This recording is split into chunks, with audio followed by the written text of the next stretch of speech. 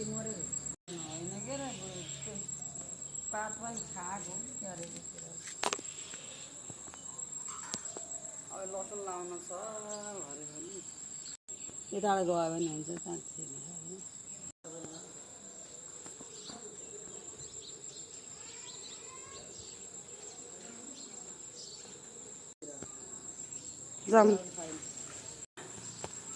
यो पनि मैले अब फेरि काट्दिन्छु अर्को पैसा पलाएर खाने अरू यत्रो भयो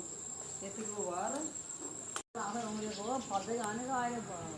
दुई तिनवटा बुट्टा तिनवटा गेडा फलाएको थियो त्यहाँदेखि ऊ त्यहाँनिर रहेछ नि त कागती हो कि हो यो मैले धेरै पैसा कृषि तालिममा दिएको थियो उतापट्टि होइन कहिले खान राख्ने र घरहरूकै कागज थियो त्यतापट्टि हो त्यो हाँगामा लचक पैसाको थियो त्यहाँ भएछ नि